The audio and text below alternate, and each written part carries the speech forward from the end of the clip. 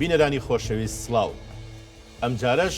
هاتینەوە خزمەت ئێوەی ئازیز و خۆشەویست ئەم جارەش لە بەرنامەی وێنەکانی دوێنەوە بە میوانێکی ئازیزی خۆنەویستی ترەوە دەبینە میوانتان. میوانی ئەم جارەمان جیاوازە، جیاواز لە شێوە و ڕوخساریدا، جیاواز لە ڕەفتار و گفتاریدا. کە سەیری چاوەکەوەیەکانی یەکەی زوو تێگەی کە ئەم پیاوە لە دوورایەکانی ژیان زۆر ڕاماوە. ئەو هێمنە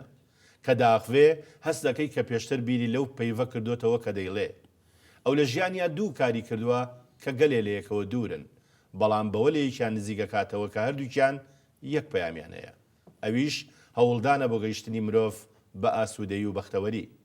بەدەستێک تەرازووی دادوەری هەڵگرتووە و بەدەستەکەی تری چرایەک بۆ ڕۆشنکردنەوەی شانۆ تاریک و نسرمەکانی شار. ئەو لە ساڵی 1934 لە گەڕێکی دەرگەزێن لە شاری سلێمانی لەدایک بووە. کوڕی کاک ئەحمەد بابانی عەتار و ڕەحمەخانی خەڵکی دەیکانی میرانە. لە ساڵی 1958 کۆلێژی حقوق واتە یاسا لە بەغدا تەواو دەکات.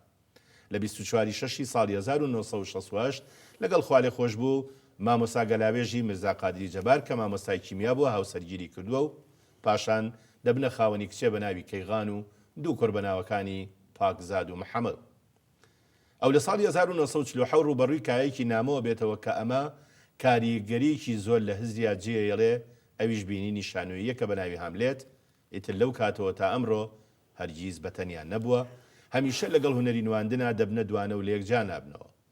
وەگەکتەر و نووسەر و نووسەری شانەوی و ئامادەکار و وەرجێر لە بەرهەمە هونەریەکانی وەکو گریان، پەرژینی شکاو، بەسەرهاتی پارچەیەک زەوی، ئیتر تووڕە نابم، تاوانێک لە ئاسمانە، دڵۆ پێک خوێن، قاڵبێک سابوون کاری کردووە. خاوەنی 8 کتێبی بوارە جاجیەکانی یاسا و ئەدەب بەگشتی و ڕۆمانە وەک القبور الجەماعیە، کۆستی شارێ، عەواد بەندەر، عالم الکورد المرعب، نەورۆز، نزار قەبانی، موعجیزە، زانەکانی سروشت. ئەم ئازیزە کوردی و عەرەبی و ئینگلیزی و فارسی بەباشی ئەزانێ. خاوەنی خەڵاتی بابانە بۆ داهێنەرانی بواری شانۆ. ساڵانی 1970 تا ساڵی 1974 کا بە هونەرمەندان عومەر چاوشین و کەمال دڵشاد و ڕەوف یەحیا و عومەر دڵپاک و ئەحمەد سالار و ڕەفیق چالاکی بەخشیوە. کە لێیە پرسی تۆ نووسەری، ئەکتەری، یاساناسی، دادوەری، ڕۆماننووسی، تۆ کامیانی؟ بێ دوو دڵی ئەڵێ من ئەکتەرم، چونکە تەنیا کاری نواندن لە مندا بارەیەکە خوا پێی بەخشیوم، ئەوانی تر بە کۆشش پێگەیشتوم. بۆیە پێم خۆشە بە خێراتنی ئەم ئەکتەرە پڕ لە بەهرەی خوداییە بکەین کە ئەویش هونەرمەندی دادوەر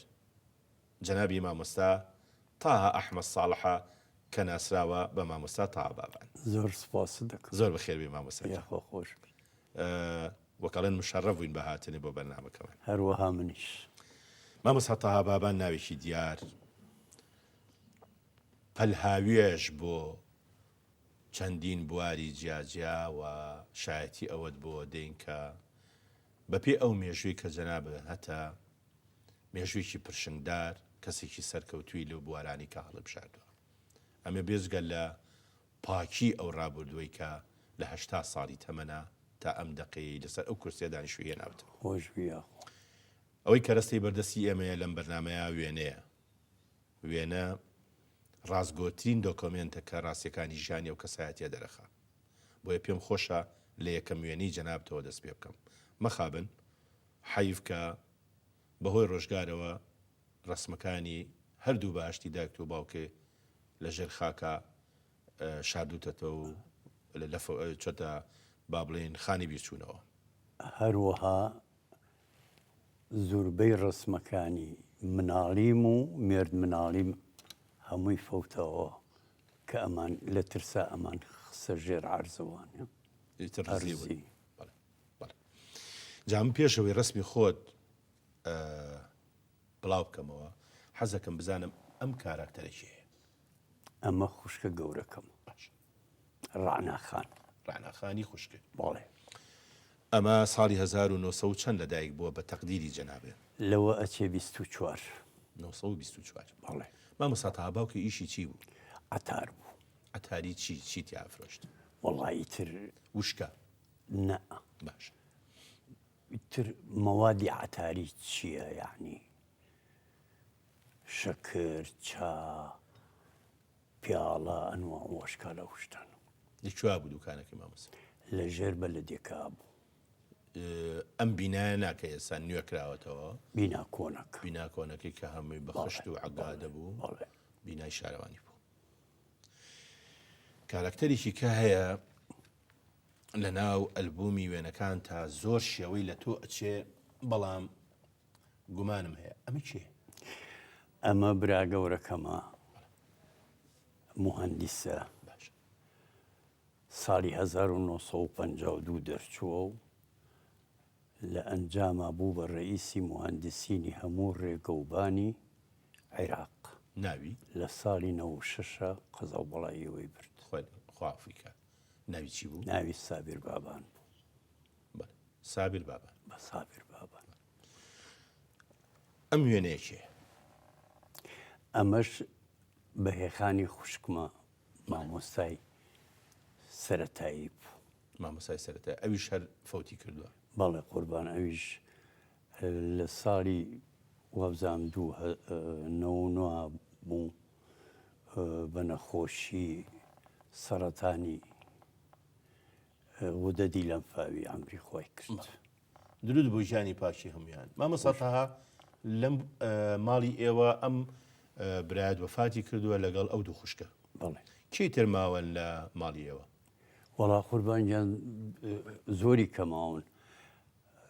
زۆری کە نەماوەن یەک برام ماوە یەک برا ئەی خوشک خوشکم نەماوە خوشکە نەماوە. ساڵی چەند چوویتە مەکتەب مامۆستا؟ ساڵی 1942 ساڵی 1942 چوویتە مەکتەبی بەڵێ غازی. بەڵێ غازی نەخێ ئەیوبیە ئەیوبیە لەکوێ بوو مامۆستا؟ هەر لە نزیک ماڵی خۆمانەوە بوو لە خوار چایخانەی سعید هاکۆی ئەگەر بزانی. بەڵێ مامۆستا و گەڕەکە هۆلەی پێ ناڵێن دیوی ئەو دیوی هۆلەی پێڵێن یعنی نزیکتر لە خانەقای لای بەحری؟ ئێمە بەڵێ ئەو لە لای ئێمە چوار باخ بوو لا ئێوە چوار باخ کەواتە پشتی خەسەخانی ئەهلی سلێمانی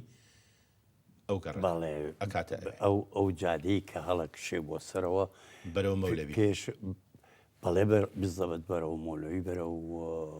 بەدالە ئۆتۆماتیک بەرەو بەدارەکە ئەوە گەڕێکی تا ئەویا چوار باغ بوو. بەڵێ ماڵتان لەوێ بوو بەڵێ مەکتەبەکەش بەس لەوێ بوو. دیوی پشتەومە بەڵێ مەکتەبەکەش لە خوارماڵی ئێمەوە. مامۆستاکە چوویتە مەکتەب چییە بەڕێوەبەری مەکتەبەکەتان بوو؟ قوربانگیان پیاوێک بوو پیانە و عەلی ئاگا عەلی ئاگا. بەڵێ بەڵێ ئەو بەڵێ بەڕێوەبەر بوو. بەڵێ ئیتر بۆ هەموو وانەکان مامۆستای تایبەت هەبوو. بەڵێ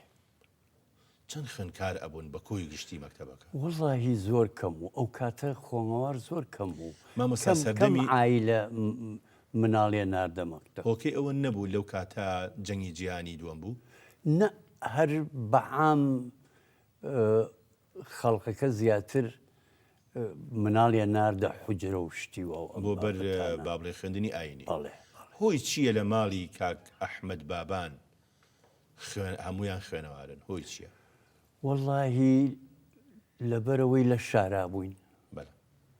ئیتر بەرەو خۆنن چوین. باوکە کاریگەری هەبوو لەسەر ئەوەی کەوا ئێوە با بڵێن زۆر گرنگی بە خوێندن بن. جەنابە لەو کاتا کۆلێژت تەواو کردووە، کاکی کۆلێژی هەندسەی تەواو کردووە. ئەزانی چۆن ئێمە چاومان لە خزمەکانی کەمانە کرد. خزمە بابانەکانی ترمان هەمووی خۆمەوار بوون. مەسەلەی ئەو سولالەی بابانیەش زۆر دەوری هەیە چونکە ئەوانە تقریبن با بڵێن لە بنەماڵی بڵێ ئومەرا و بەڵێ پاشازادە و ئەو جۆرەشانە بوو. مامۆستا ساڵی 1940 بەڵێ ئەم کارتە کارتی بەشداریکردنە بەڵێ لە خوێندنی لە بەکەلۆری شەشە. بەڵێ اشتراك في الامتحانات العامة 1948 ئەمە جەنابتی هیچ لە منەچێ ئەمە جەنابتی بە مناڵی پێش ئەوەی کەوا ڕۆژگار با بڵێن پیرێ بکە پیرێ بکە. بەڵام من و جەنابە ڕێکین لەسەر ئەوەی کە هەموو تەمەنێک جوانی خۆی هەیە. بەڵێ جوانی خۆشی هەیە و نرخی خۆشی هەیە وقاری خۆشی هەیە. یعنی من کە دانیشتم لەگەڵ تا باسی ئەو مەسەلەیەمان کرد هاوڕاوی لەگەڵ منە کە ئەم تەمەنەش بۆ خۆی جوانی خۆی هەیە زۆریش تەکاملێکی جوانی عقلی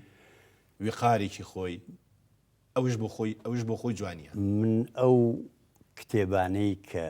لەم ئەخیری عمرەمان نووسی و ئێستش بەدەستمۆیە لە گەنجێتیان نەمتوانیوە بینووسم. ئێستا ئەتوانی پێگومان. بەڵێ مامۆستا ئەمە ژوێنەیەکی ترە لە وێنەکانی ناو ئەلبومەکە. بەڵێ ئەوە بۆچی ئاوا چوار گۆشە ئەوە ڕەفیقێکم هەبوو وەڵایی خزمایەتیشی هەیە لەگەڵما بەس نازانم لە چۆ خزمە محەممەد کاکە وەرزشکارێکی مەشهور بوو مامۆستا بوو وەرزشکار یا شێوەکار نەخێر لە پێشە کەس نەبوو لە ڕاکردنا بگاتە ئەو باش یعنی لە ئیسیعرازە هەموو ڕاکردنەکان 100 مەتر 500 مەتر ینی گۆڕەپان و مەیدانێک هەمووی یەکەم ئەوەی ئێمە بزانین تەمەند درێژ بێ مامۆستا حەمە کاکەی هونەرمەند تەنیا شێوەکار بووە بەڵام دیارە لە گەنجەتیە بارێکی کەشی بەڵێ بەس لە دواییە چووە مەحەدی فنونی جەمیلە و ئەنجا ویستی ئەو بە مورەبعات بۆ گەورەکە بە شێوەیەکی با بڵێن شێوەکاری ئیتر نەیکرد بەڵام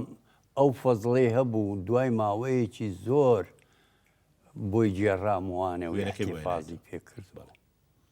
ئەوە هەر لەوە شێتەوە بەس بە عەقڵم زوومەکەی تەواو نەبووە ئەو لای یەحیا فەیین گرتوومە. بەڵێ ڕاستەکەی تۆزێک بڵێم فۆکسێکی تایە نرخێکی خۆی هەیە چونکە مێژوی جەنابتە. مامۆستا دوایی چوویتە متەوەستەی سلێمانی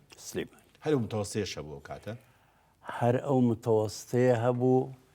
هەر ئەو فەرعی ئەدەبیە هەبوو هەر ئەو فەرعی عیلمیە هەبوو. مامۆستا دوایی چوویتە پۆلی چوار چوویتە ئامادەیی واتە ئاعدادیە یاسانەوی سلێمانی لە 1 بۆ 5 بوو ئەو کاتە بەڵێ لە 1 بۆ 5 6 نەبوو. لەوێکیە بەڕێوەبەری قوتابخانەکە بوو وەڵڵاهی وا بزانم پیاوێکی مووسڵاوی عەرەب بوو وەختی خۆی زۆر مامۆستای کورد پێ نەگەیشت بوو بەڵام لە مووسڵ زۆر پێشکەوتوو بوو. مامۆستا لە وڵاتە عەرەبیەکانی شەو خەڵکی تر هاتن بەڵێ لە فەلەستینەوە ئاها لە میسرەوە ئەوانە هەمووی بەڵێ خزمەتیان بەم شارەکە بەڵێ هین نەبوو چونکە دوایی مامۆستا ئەمە وێنی ئەو کاتەیە ئەمە نەخێر هیچ ساڵی 69 وابزارم 65 شتێکی وایە لە ستۆدیۆ جوان گرتوومە. وێنەی پۆرترێتی زۆر جوانی جەنابەت هەیە هی ئەو سەردەمانە ئەمەش هی ئەو کاتێ بەڵێ زۆر لە گەنجێتیە بەڵێ زۆر گرنگی و بە ئەندام و بە قیافەی خۆتە داوە وەنیە زۆریش نە بەس ئینسان ئەبێ مەسەرێکی جوانی بێ کە تێکەڵ خەڵق بوو ڕاستەوە بێزگە لە پاک و تەمیزیەکە بەڵێ بێزگە لە پاک و تەمیزی تەنسیقێکی جوان هەبێت تەنسیقێکی مامۆستا ئەم عادەتە ئەم فکری جەنابە بۆ ڕێکپۆشی بۆ جوانپۆشی هەتا ساڵی 2014 هەر ماوە بەڵێ بێگومان هەر ماوە ینی ئێستا شەرگرنگی پێدەی ئێستا شەرگرنگی پێم بەڵێ مامۆستا تۆ پیاوێکی قۆز و جوان بوویت ئەو کاتەش بۆ تا ئێستا ئەو قۆزی و جوانیە کێشەی بۆ ناویتە تۆ یا بەختەوەری کردویت وەڵڵاهی لەوانەیە بەختەوەری کرد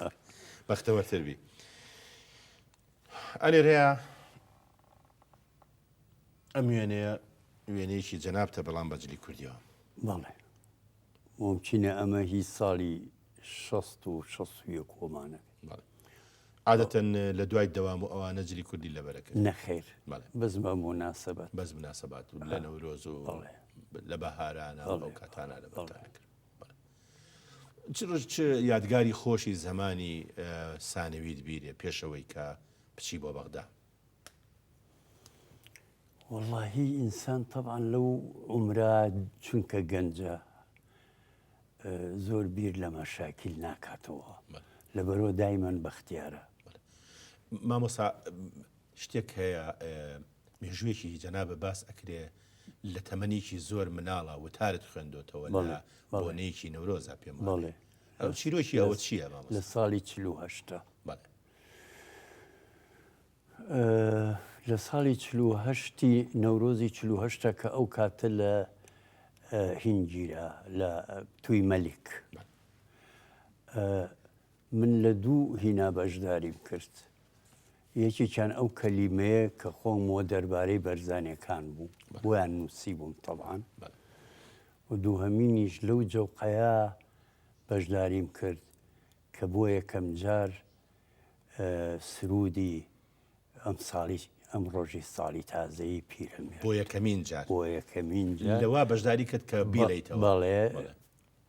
مامۆستا ساڵح دیلان هینێ کرد فێری کردی ئەو تەدریبیە بووین ئەویش پرۆڤەی پێکردن شعرەکەش لە هین بوو لە مەکتەبی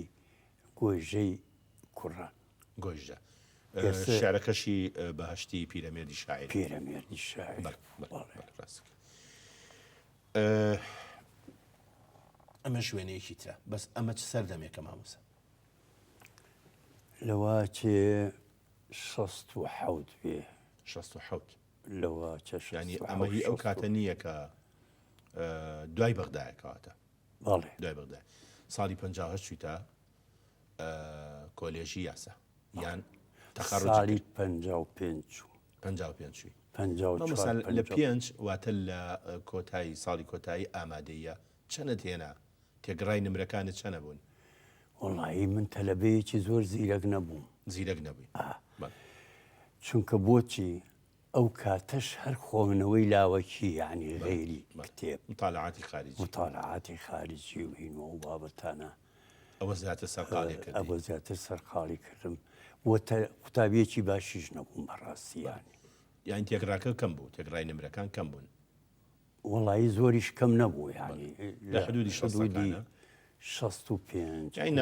ناوەند بووە بەڵێ ناوەند بەڵام بۆت هەبووە بچیتە کولیا قوربان ئەو وەختە هەر لە منع هین مەحو الئومیە دەرچوویتە گەزەی بۆ نەبوو چێ ئەگەیشتە بەغا ئەو زەمانەیە بەڵێ سەردەمی بەغدا سەردەمێکی زێڕی نەبوو تۆ سەردەمێکە کە خەڵکی باشتیان ناسیوە بەڵێ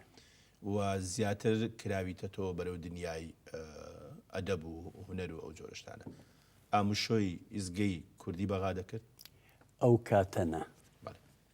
دوای ساڵی 57 دوای 50 کە تەمسیلم کرد بەڵێ تەمسیلی ئیزایی ڕادیۆیی ئیتر دوای ئەوە لە کولی ئیحتیاتیش بووم هەر تەمسیلی ئیزاعیمە کرد ئەو کاتش کە لە کۆلێژی ئەم وێنەیەمان بۆ باسکەن ئەم وێنەیە بەڕێز نادیەک هەبوو پیانە و یانەی هین سەرکەوتن ئەوە هەر زۆر کۆن بوو حتا جیلی زۆر پێش ئێمە اینجا ئیتر بە موناسەبەتی تازەکە ئێمە چوو بووینە کولێ و ئەمانە داوەتیان کردین ئەو نادیە ئەوە یەکێکە لەو ڕسمانە ئەم کارکتەرانە ئەمە یەکەم چێ ئەمەیان وابزانم نەجیب بابانە وابزانم ئەمەیان جەنابتی ئەوە تەها بابانە ئەمەیان ئەوە تۆفیق وابی بەکە کە دوایی بوو بە وەزیر و بەڵێ زابتی کۆنی عوسمانی بوو ئیتر زمان ناسێکی زۆر گەورەش بوو مامۆستا ئەمەیان چێ کامیری کاکەمینە وابزانم ئەوە بەڵێ ئەوە بەڕێوەبەری بەشی کوردی بەڵێ ئەمەی پێشی شەوانێ هینە ڕەشید جەودەتە برای مەحموود جەودەت ئەوە چی بوو ئێوە لێرا کۆبنەوە هەر مەسەلە ئەوە بوو سەردانی کیانی سەرکەوتنتان کرد و حەسان کە لەگەڵ ئەو کاراکتەرانە ڕسم بگرن نەک هەر کاراکتەریش تەبیعی خواردنیش و خواردنەوەشی تیا بوو ئەوانشی تیا بۆ کاتی ئیسراحەتیش بوو ئێمە زۆرمان قسەماوە کە هەر ئەم جارەش نەبوو چەند جارێک داوەتیان کردی وەکو خوێندکار لەو کاتەیە باڵێ ئێمە زۆرمان ماوە بەڵام با وچانێک وەربگرین یارمەتی خۆشەویستانم وچانێک و دێنە وڵات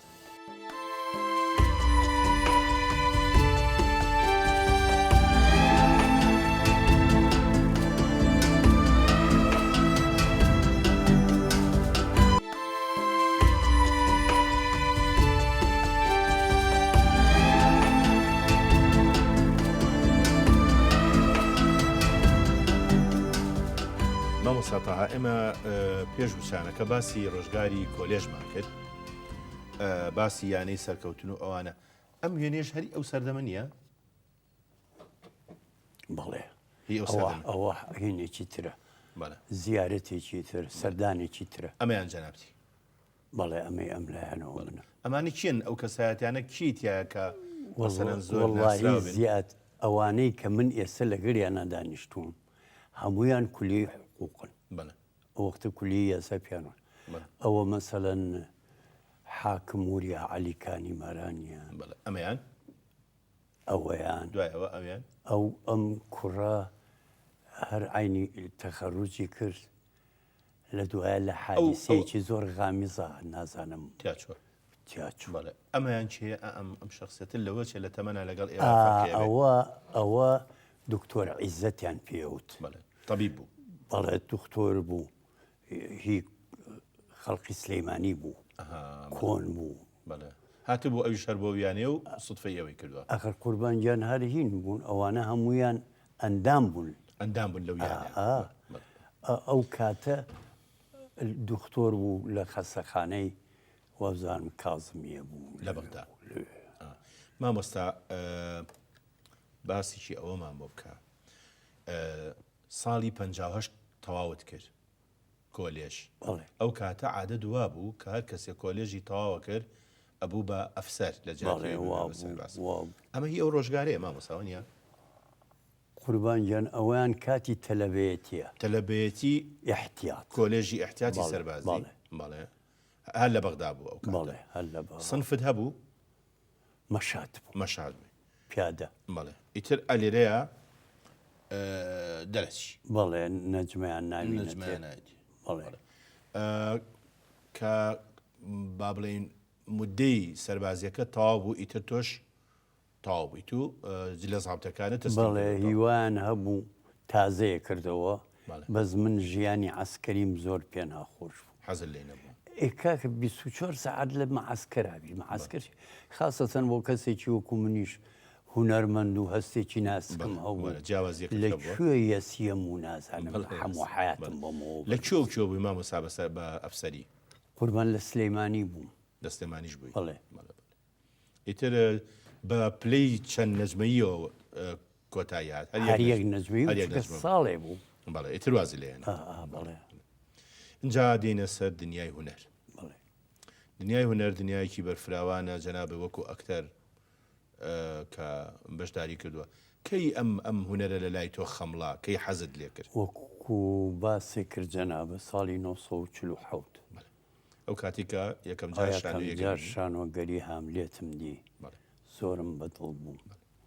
هەستم کرد ئەی من لەو پێشی زۆر ڕسم وەرزش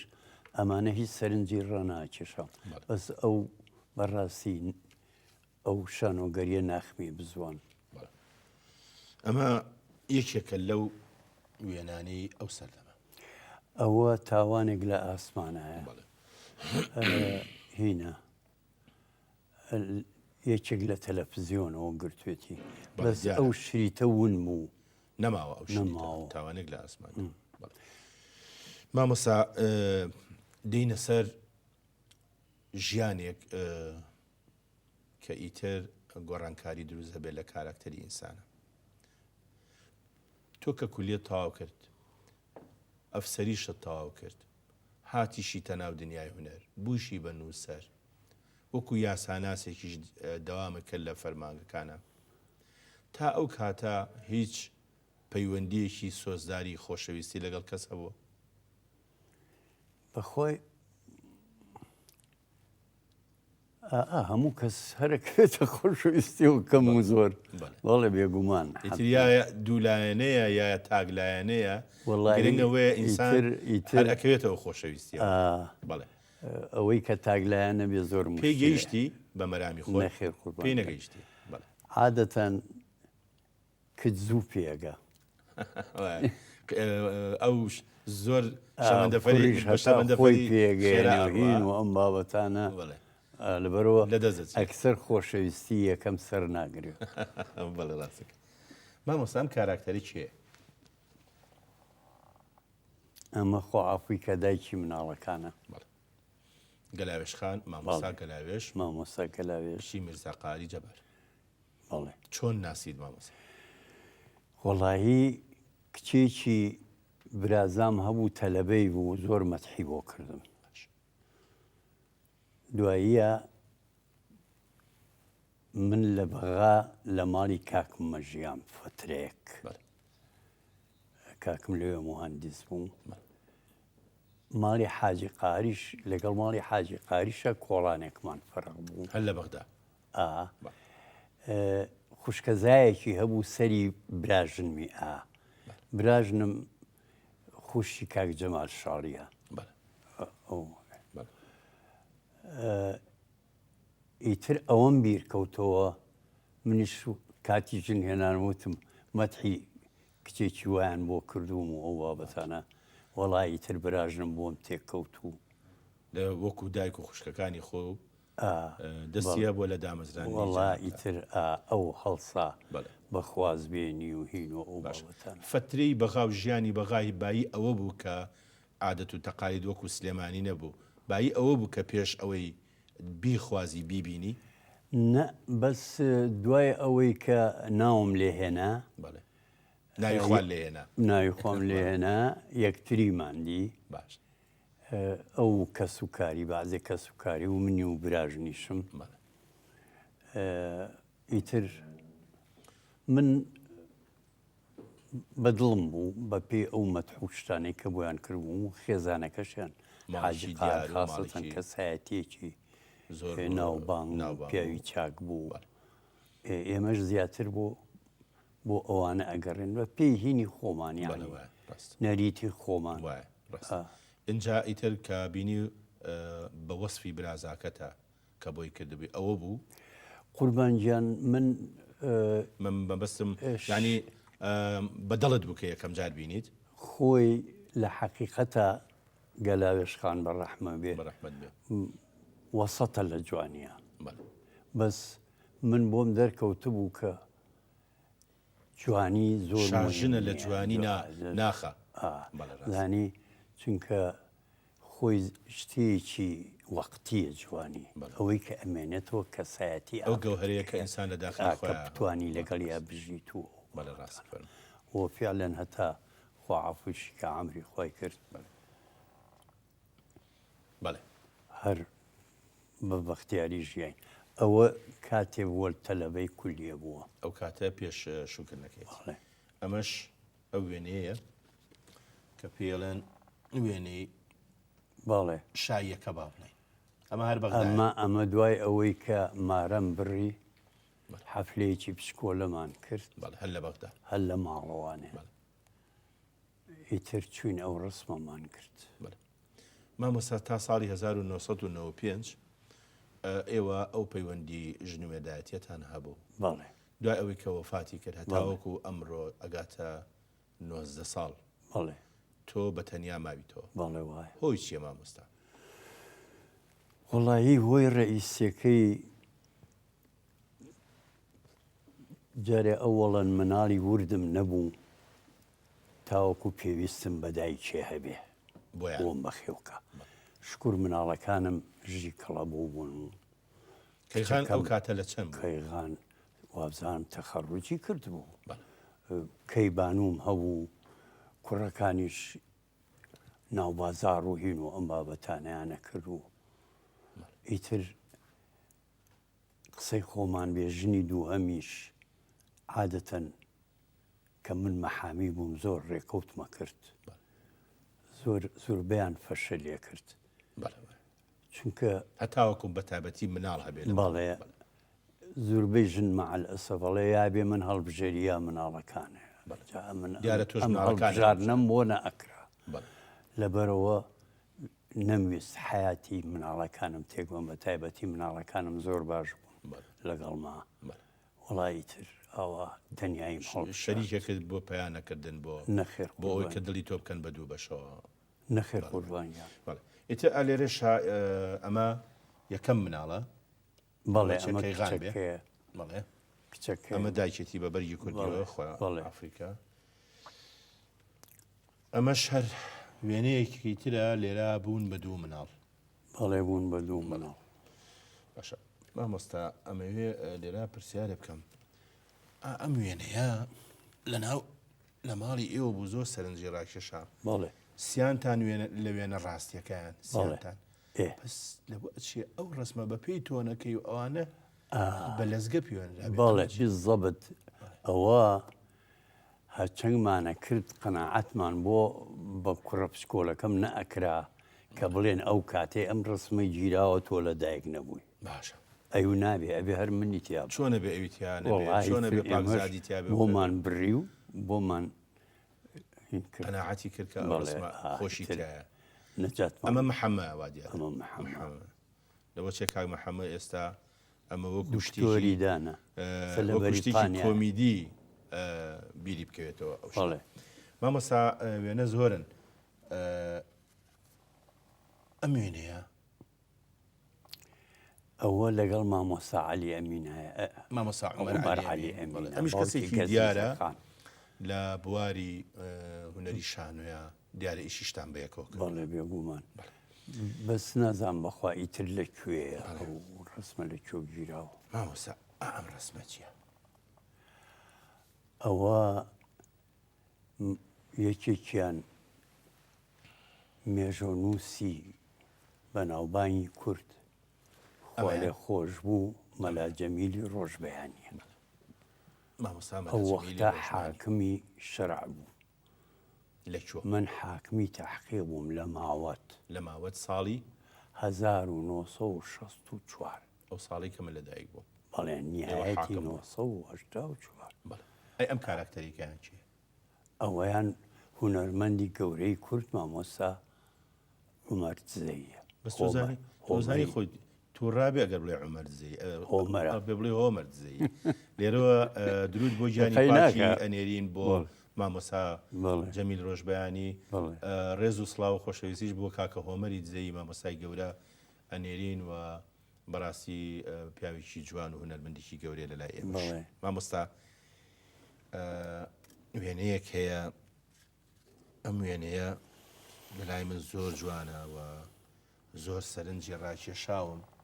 هەر وێنەکەش زۆر جوان گیراوە. ئەوە مامۆستا ئەحمەد شوکری شاعیرە دکتۆر شۆ اینجا من تێکەڵیم هەبوو لەگەڵ مامۆستا زۆر یاداشتی بە قیمەتی بۆ ئەیگەڕاموانێ هی زەمانی شێ مەحموو هی زەمانی ئینگلیز پێم وت هەموو جارێ مامۆستا ئێمە شاعیرمان زۆرە بۆچی تۆ نایی ئەم بیرەوەریانە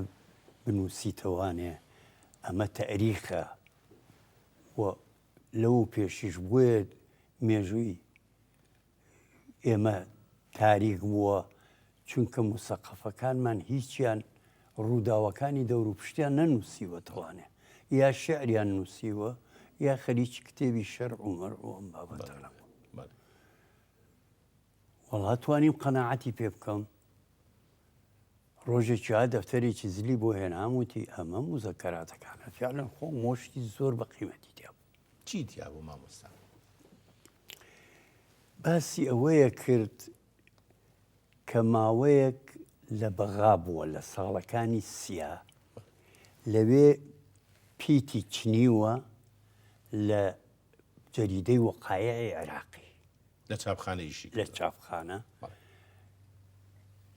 ئەو کاتەش مەلک مەحموو شێخ مەحموو نەفی بووە لە ناسری کاغەزێکی بووە نێرێ وا دیارە مدیرەکەشیان ئینگلیز بوو چونکە ئەو وەختە عەرەب شارەزایی کەم بووە ئەوانە بەڵێ خەبیر بوون ئەرا بەو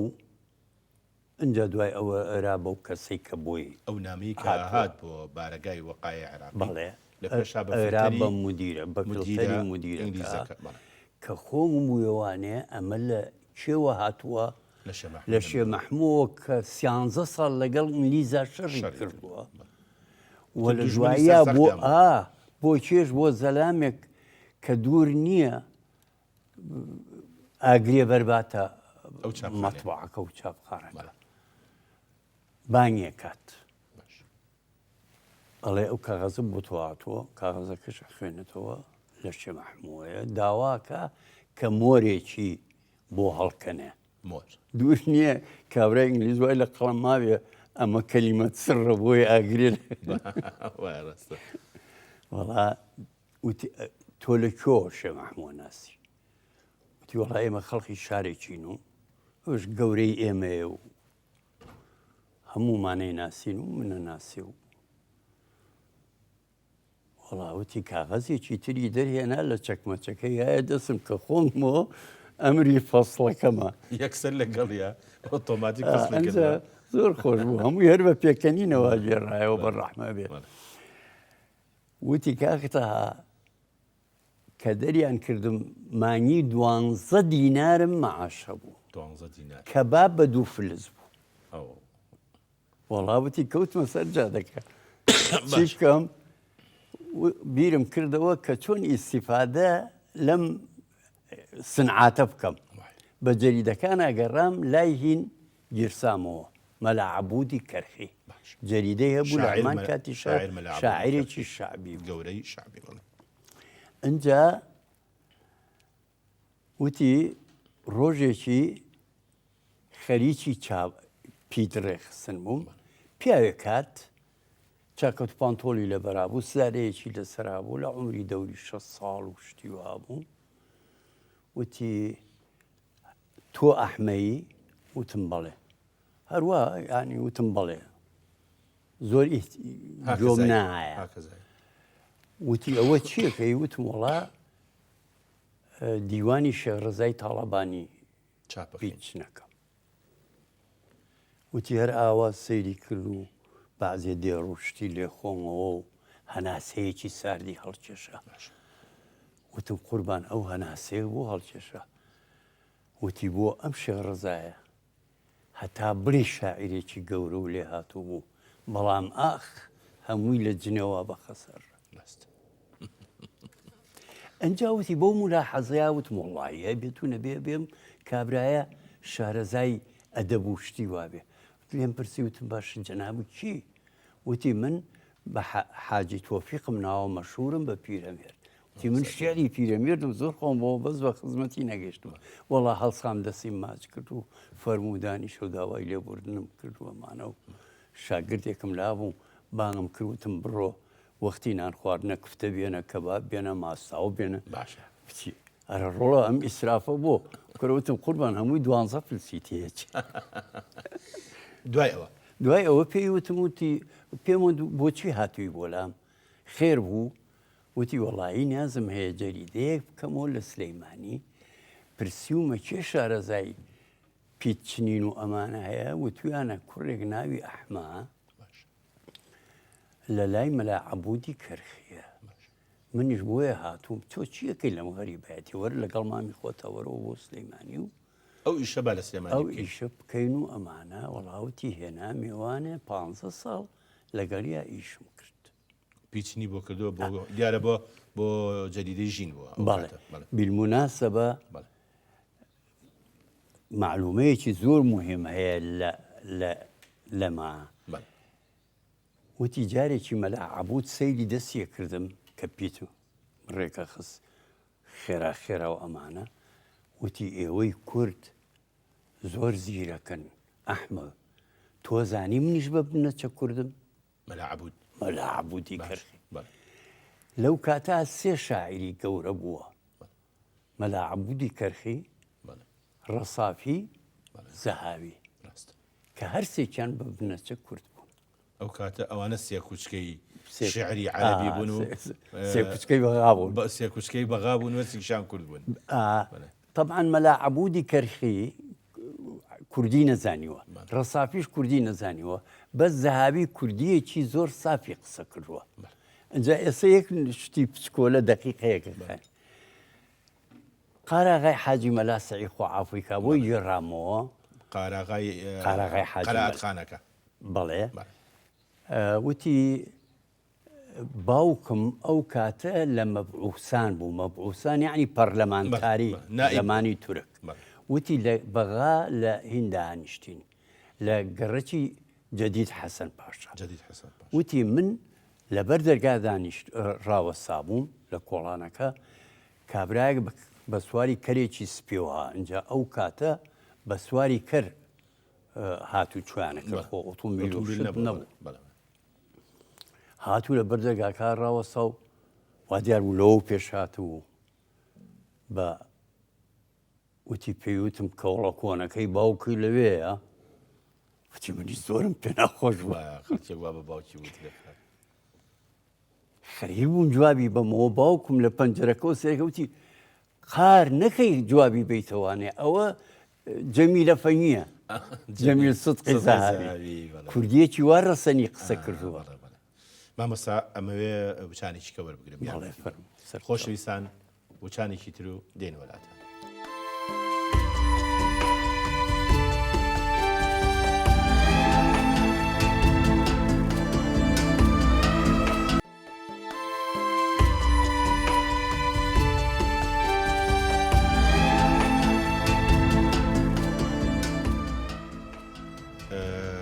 مامۆستاتەها ئەمەوێ وێنەیەکی نوێ شانی بینەران بم ئەم وێنەیە چییەوە کەیە ئەگەر ئەوە مەهرەجانی مەسرحی کوردیە لە ساڵی 1970 ئەواخری 1970 بەر لە دەست پێکردنەوەی شەڕ بە 2-3 ڕۆژ لە ضمنی فعالیاتی مەسرحەکانە ئەو مەدالیای بابان بۆ ئاخر جار ساڵی 1970 بەڵێ بە ڕەفیق چالاک و لەگەڵ مامۆستا ئەحمەد سالار بەخشرابەوە مامۆستا ڕەفیق چالاک ئەو کاتە مابوو نەخیر قوربان بە کوڕەکەی کە شەهید بوو پێشمەرگە بوو کوڕەکەی وەریگرت ئەوی مناڵ بوو ئەو کاتە عمری 10 ساڵە بوو مامۆستا ئەم وێنەیە ژوێنەیەکی جوانە وەڵا ئەوە نازانم بە چ عەقلێکەوە گرتووم بە زۆر جوانە دەستەکانیشە خۆش هین یانی ئەم ڕسمەش هەر یەکێکە لەو ڕسمانی بەڵێ ئەو ڕسمەم لە هیلیۆکۆپتەرا گرتووە بەس وێنەیەکی زۆر شاز هەیە حەزەکەم ئەوەش خەڵک بیبینێ ئەمە چییە مامۆستا ئەوە کە ئەچوین بۆ دەورە بۆ خارج کە دەربارەی تاوانی نێودەوڵەتی وەکو جینۆساید و ئەمانە تەبیعی ترسیان هەبوو کە تێرۆر و شت بکرین لەبەرەوە ئەو خوودە و شتانیان ئاینێ ئەو مامۆستا جەنابەت ساڵی چەند بووی بە حاکم بە قازی ساڵی 2000 ساڵی 2000 واتە ئەم وێنەیە مەراسیمی بوون بە قازیبوونی جەنابتە بەڵێ قوربانیان ئەمە سوێنی یاساییە خۆی لێ ئەمە سوێنی یاساییە خۆم بەرامبەر بە مامجەلال بەڕێز مامجەلال ئەو کاتە سەرۆکی هین بوو سەرۆکی هەرێم بوو سەرۆکی هەرێم بەڵێ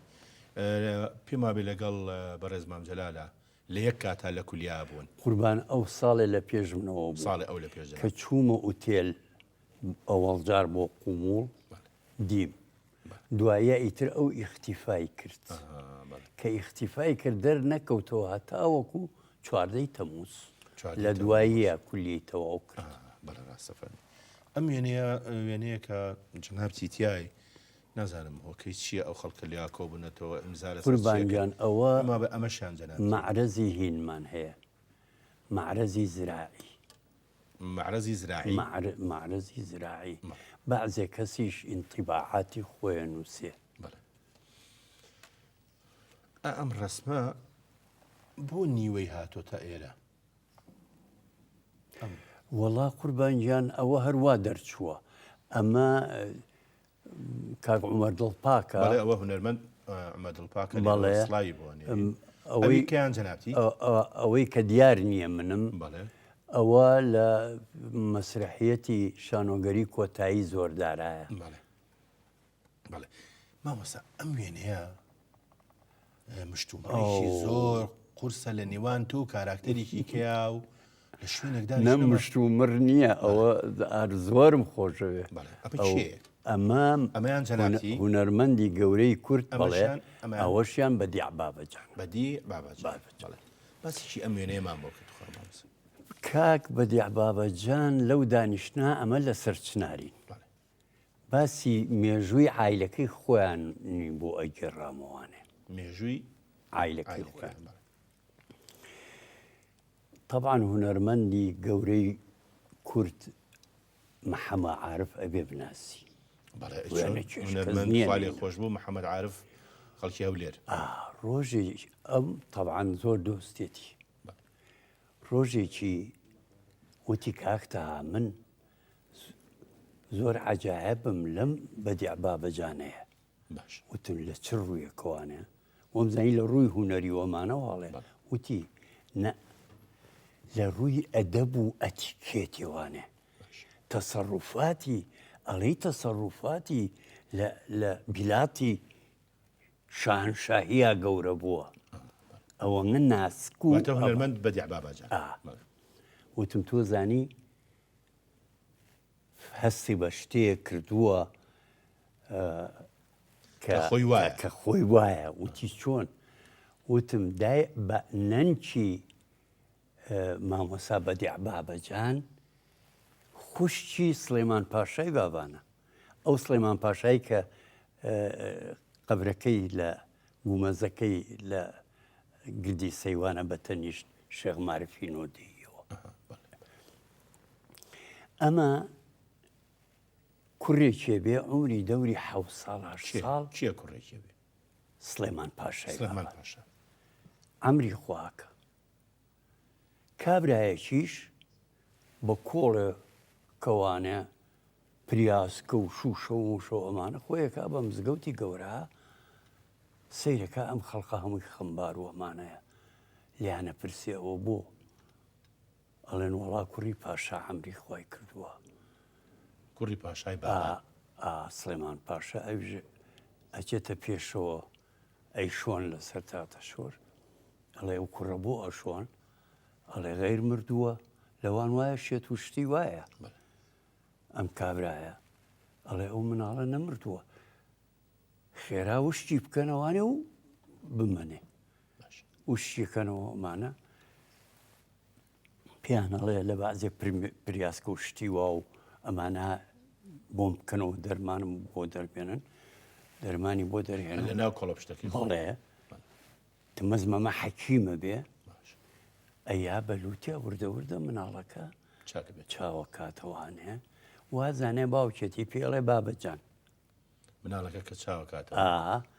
لەوە وانێ خۆی ناوی میرزا بەدیع بێ بابەجانەکە ئەبێ بەلەقەبی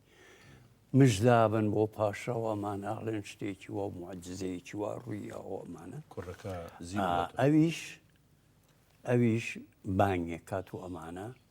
پاداشتیاتەوە ئەمانە ئەژڵێت تۆ نابێ بجوڵی ئەڵێ تۆ چی ئەڵێ من حەکیمێکی سەیاحم لە هەر شوێنە نەخۆش بێ و هین و ئەمانە تەداوێەوە ئەڵێ نابێ ئیتر لەمە قسریاتێ مەعاشی بۆ بڕێتەوانێ خوشتێکی خۆشی لێماراکە باش کا بەزاوی خۆش ئەی شکا بە زاوای خۆی اینجا بزان چەند تەقدیری عیلم و هینی واتە کەواتە بەدیع بابەجانی ئێستا کە ئێمە باسیەکەین و ئەم وێنەیە ئەمە بەدیع بابەجانی پشکۆلەیە دووەمە باپیرە گەورەشی باپیرە گەورەی بەدیعی باش ماوەتەوە دوای عمرێکی خۆ بەدیع بابەجانی گەورە زۆر لە شیعری سالم و لە هینەکەی مەحموواغا مەسرحیەتەکەی مەحموواغای کە پیرەمێر نووسوێتی تایەتی هەر بەعنی باسی بەدیع بابەجانی گەوراکە بەڵێ وەک کە حەکیم باشی بووە ئەجا کە ئەمری خواکە دوای عمرێکی درێژ کوڕێکێ بێ ئەبیستێ کە لە ئەستەمۆڵ کولیەی تۆپ کراوەتەوە ئەوێ بچێ دایکی نایەڵێ بچێ ئەڵێ شتێک لێت و ئەمانە و منێت و ئەمانەوە ئەچێ بۆ لای کاک ئەحمەدی شێخ کە لە حەیاتا بێ ئەو ئەکا بە واستە لای دایکی ئەویژە چی بۆ لای دایکی وەڵێ دوعای بۆ کەم و ئینشاءڵڵا مەحفوظە پێوەمانە ئەچێ بۆ بچێ بێ بە دکتۆر و بێت بێ بە دکتۆر و ئیسیفاتی هەبێەوە بۆ خەڵک یەکەم دەورە ئەوە کە تەخەڕوجی کردووە یەکەم دەورەی ئەو کۆلێژی پزیشکی لە ئەستان ئەنجام من هینەکەیم دیوە شەهادەکەی لە دەنگی جەتی تازایە یا پەیامایە لە زمانی ئینگلیزەکانە دەرچووە تایەتی هەمووی مۆرە و حتا تەنانەت مۆری سوڵتانیشی پێوە ئیتر نازام سوڵتان عەبدولحەمیدە عەبدولمەجید کێ یەتەوانێ ئەنجا کوڕێکی کەیان ئەنێرن هەر کوڕی ئەو ئەچێت بۆ طبی ینی شتێک ئەبێ بە توراس لە بە توراس بۆەوەی ئەو مێنێ بمێنێ بەڵام خۆی لە باوکی ینی گوایە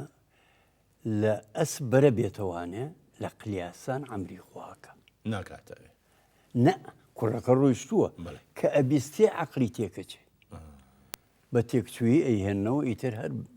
بەری ناهات و تاواکە ئەنج هاتە سەر مامۆسا بەدیە مامۆسا بەدیە ئەیوو من لە باتیەوەی کتێبە تبیەکان بخوێنمەوە ڕسمەکانی سولالەکە گەڕا لە تەبیبێکی گەورەوە چوو بۆ هونەرمەندێکی گەورەیەوەکە مامۆستا تاوا بزانم نەخشە سازی پارەی عێراقی ئەو کردێتی بەڕاستی من ئەوە نازانم بەڵام ئەوەنە ئەزانم من هاتو چۆمە کرد دارالخەت العەرەبی هەبوو ئەنواع و ئەشکال تەسخامیمی دانابوو ئێمە لێرە درود ئەنێرین بۆ جانی پاکی مامۆستا بەدیع خوا عەفوی کایە بەڵام ئەم وێنەیە حەزەکەم بینەران ئەمە من کتێبێکم دانا یەکێ لە فەسڵەکانی باسی کیمیابارانەکەی هەڵەبجەی ئەکرد ئەوەش یەکێکە لە قومولە بەجێماوەکان و کە ڕسمێکم لە پەنایە گرتووە بۆچیش ڕسمێکم لە پەنایە گرتووە چونکە ئەگەر هەر ڕسمەکە بە ڕووتی بۆیان نە ئەزانرا حەجمەکەی چەندە بەس مقارنەیەکەن ئێمە وەختمان زۆر کەمەوە حەزەکەم هەندێک وێنەی تر ئەمە شوێنێکی تری جەنابتە لەگەڵ وەڵاهی ئەوە وابزانم عید میلادی کوڕە بچکۆلەکەمە محەمە وابزانم لە حەدیقەکەی ماڵەوەی دلی کوردیم لە بەرای ئەمە ژوێنێکی ترە ئەمەیان ئەوە برادێک ڕسمی مەسرحی هی مەسرح و ئەم بابەتانەی کۆ کردبووە مەعرەزێک شەرەفی ئەوەی یامێکە من قردێنەکەی بۆ تاح کردووە مامۆستا ئەمە شەروێنەیەکی تری ئەلبومەکەی جەنابتە ئەم وێنەیە ئەوە کامەیە ئەوە جەنابتی قوربان لە ماڵەوە گرتوتە دیارە ئەبێ لە ماڵەوە گرت بێت ئەمە ئەو پێشانگای وێنەیە کە باسەکەی هونەرمەندان دیارە هەمووی ڕسمی مەسرحیات وێنەی تر هەیە مامۆستا ئەمە شەروێنەیەکی جوانە ئەمە پاکزادە مامۆساوانە ئەم پاکزادە لە ئیشێک شابەشداری نەکرد لەگەڵ خۆتا تەلەڤیزیۆنی گریان بوو نەخێر ئیتر تووڕە نابم ئیتر تووڕە نابم مناڵەکەی بینی دەوری مناڵێکی بینی بوو بەڵە دوایی هونەرمەند عومەر هەمەوەندی بە گەورەی دەوری ئەو کاراکتەری بە گەورەی ئەوە مەسرحیەتێکی تر بوو گریان بوو ئەوە گریان بوو بەڵێ گریانیش هەر تەزیل کرا بۆ تەلەڤیزۆن وە نەبوو باڵێ تەزیل کرا بەخۆ زانام نوسخەشی لای بازێک کە دەسەکە لای خۆشم دەستەکە ون بوو بڵێ ئەمەش ئەمە هێندێک لە حاکمەکانی دادگای بەرزی تاوانەکان ئەم کاراکتەریان کێ مامۆستا ئەوە کاگڕایی جوحیە ئەوەڵ حاکمی تەحقیقکە لەگەڵ سەدامە تحقیقی کرد بەڵێ اینجا ئەمە کوێیە ئەوە قوربان لە ئوردونە لە بەحری مەیتە ئەوە فندقەکەی وابزانم کۆنفرانسێ بوو ئێمەش عەدەدێکیان بان کردبووین لەسەر تیژی دژی ئافرەت دژی ئافرەت ئەم وێنەیە وێنەیەکی جوانە هەرچەنە بابەتەکەم پێخۆش نییە ئەوە نەخۆشم مامۆستا عەبدوڕەقیب هاتووە بۆ لام مامۆستا عەبدوڕەقیبە بەڵێ ئەوانش لە خەستەخانە دکتۆرەکانن ئەوانەش مەمەڕیزات و دوختۆرەوەمانە مامۆستا هەر بە بۆنەی ئەم وێنەیەوە ئێستا بینەران دڵنیاکەی تۆ لەوەی کە تەندروستی و باشە شکر قوربان گیان